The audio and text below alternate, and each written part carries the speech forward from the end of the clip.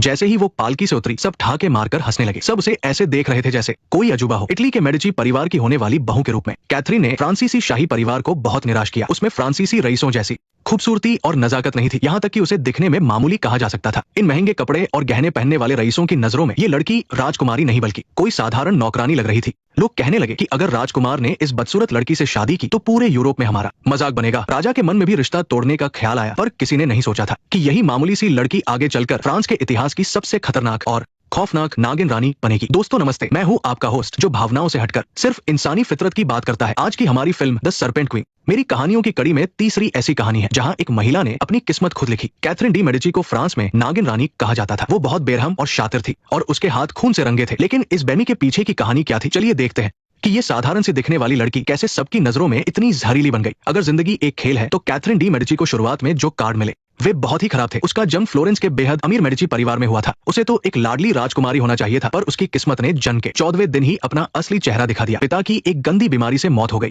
और उसकी माँ भी उसी बीमारी की चपेट में आ गई, जिसके दर्द से तंग आकर उसने जान दे दी। माता पिता की मौत के बाद कैथरीन, जो कि परिवार की वारिस थी, अचानक एक बेसहारा शिकार बन गई। मेडिची परिवार व्यापारियों का था जिन्होंने ब्याज के धंधे और व्यापार के दम पर बेहिसाब दौलत जमा की थी और वे फ्लोरेंस के असली शासक बन गए थे। लोग उनसे नफरत करते थे और कहते थे कि वे अपनी दौलत से चुनाव और लोगों की आवाजों को दबाते हैं। भारी ब्याज के तले दबे लोग परेशान हो चुके थे। आखिरकार फ्लोरेंस के आम लोगों और रईसों ने मिलकर मेडिची परिवार के खिलाफ विद्रोह कर दिया। नन्ही कैथरीन उन लोगों के लिए कोई मासूम बच्ची नहीं बल्कि शोषकों की औलाद थी। विद्रोहियों ने उसे एक के बाद एक कई मठों में बंधक बनाकर रखा। उसका नाम सुनकर ही मठ की औरतें उसे मारती और बुरा भला कहती थी। लेकिन बाहर मेडिची परिवार को खत्म करने के नारों को सुनकर कैथरीन को लगा कि उसे छत मिली है। यही बहुत बड़ी बात है, पर किस्मत को कुछ और ही मंजूर था। फ्लोरेंस की जंग बहुत भयानक मोड़ पर पहुंच गई। सैनिकों का एक झुंड मठ में घुस आया और वे कैथरीन को ही ढूंढ रहे थे। कैथरीन ने फौरन एक काला लबादा पहना और अपने बाल काट लिए ताकि वो एक साध्वी लगे, पर वो पकड़ी गई। उसे रस्सियों से बांधकर सड़कों पर घुमाया गया। बदला लेने वालों ने उस छोटी सी बच्ची को जलील करने के लिए गंदे तरीके सोचे। किसी ने कहा कि उसे दीवार पर लटकाकर निशाना लगाया जाए, तो किसी ने उसे सैनिकों के पास भेजने की बात की। वे मेडिची परिवार के आखिरी खून को मिटाना चाहते थे।